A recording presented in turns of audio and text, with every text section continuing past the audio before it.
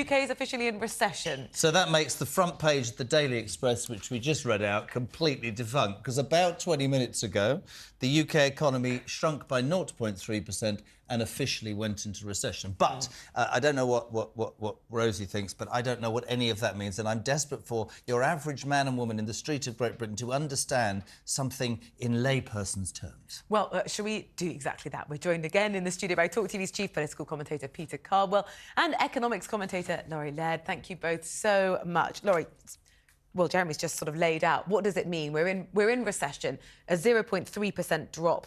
What does that actually mean? And look, we've been talking about whether we're in a recession for months now, right? Let's define what it is. A recession is, strictly defined, 2 consecutive quarters of contraction in the economy. Now, we're going to hear a lot, particularly if you are a party looking to be re-elected. We're going to hear a lot about how this is a technical recession, right? Because it meets that definition. Now, the GDP report we just got really is quite weak, and we can go into some detail. But this won't feel like recessions that have come before. Unemployment is still very low, at a 40-year low. Typically, when we see a recession, you see a rise in unemployment. You see a real contraction in consumer spending. We've seen a little bit of that in the fourth quarter. And in weird things, one of the things in this report, people spent less on hair care, beauty care, much fewer visits to hairdressers. That's part of the GDP report.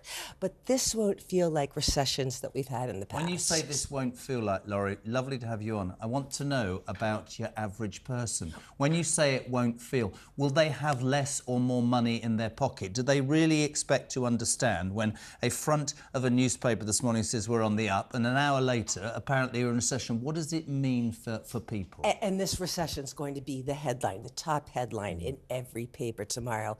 And I need to be a little more respectful here.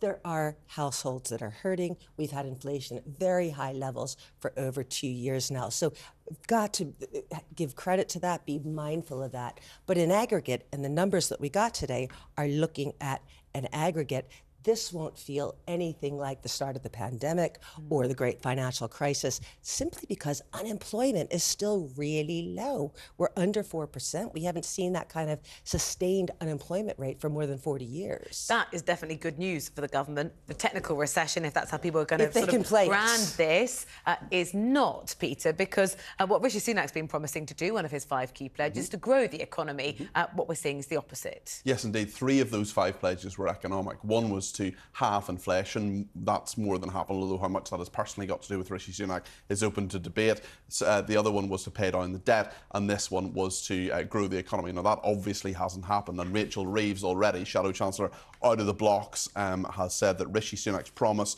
to grow the economy is now in tatters. Only Labour has a plan to get Britain's future back. Now, I exclusively can reveal that Britain actually does have a future, and it's not up to Labour to get it back. There is actually a future, but nonetheless, she has a point. She says that there are 14 years of economic decline under the Conservatives that's left Britain worse off. This is Rishi Sunak's recession, says Rachel Reeves, and the news will be deeply worrying for families and businesses across Britain. That's right, although in terms of feeling in recession or out of recession, I think to answer your question, actually, Jeremy, Finally, the man and woman on the street, life isn't much different today than it was yesterday, because, look, the economy is contracting, but people feel as if we're, cost of living crisis is more significant. It's not getting much and Laurie better. makes the point. It's really interesting, isn't it? Because, Laurie, I don't know about you, but I never, ever get over the fact how the British people must be confused. You've got the Daily Express saying we're on the up, so loosen the purse strings. 7 o'clock, GDP, we're in recession. Rachel Reeves, it's the Tory fault.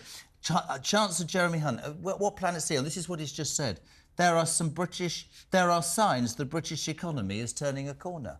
I mean, you would understand people who are lining up to understand anything politically would go, what the hell is going on? Well, they'll be grasping on to this fact that inflation has stayed at 4%. Yep. I'm not an economist like Laurie, but they'll be saying, inflation hasn't gone up, therefore that is a good thing. The budget is in 3 weeks' time, and they're probably going to have some tax cuts. They're going to throw everything at this. They're going to try to stimulate the economy, they would argue, the Conservatives would argue. But listen, you can argue this in many, many ways, but what you cannot argue is that we are now in recession, and that is bad, and that's bad for the economy, and it's bad politically. Well, let's talk about this, Laurie. Does the Express have a point? Let's say the Chancellor says the British economy is turning a corner. Potentially there are tax cuts to come in 3 weeks they may be announced. There's been so much sort of flirting from the Conservatives of whether this is or isn't going to happen, and different groups of economists, and I think this is what Jeremy's hinting at, saying, some saying, oh, we can afford these tax cuts, and some saying, no, we can't. If you give them out, the economy's going to suffer much later. Is it fair to say we're on the up, or is that too premature? Well, the Bank of England thinks that we are on the up. Now, I think that we can question the Bank of England's forecast, right? The Bank of England has not proved itself all that well in forecasting inflation. Got it wrong twice in the last couple of days. Yeah, absolutely. Although I think the Bank of England will say, look, everybody else got it wrong, and a lot of central bankers are hiding behind that. Andrew Bailey sat before the Lords yesterday and said, things are looking better. And there's some what's called survey evidence, right? Consumer confidence is looking a whole lot better. So there are economists who can point to that. I think bottom line here is the economy barely grew in 2023. So you can put whatever spin on that you want. That can be low growth, we're not in recession, or we are in recession now, but basically we're stagnating. You could put a positive spin on that if you really, really try. If you're on the opposition there, you can spin that differently. Sure. So when you're in the stagnation period, it lends itself to a lot of different interpretations. I get what Pete said, though, Rosie, about that word, you know, the UK is in recession.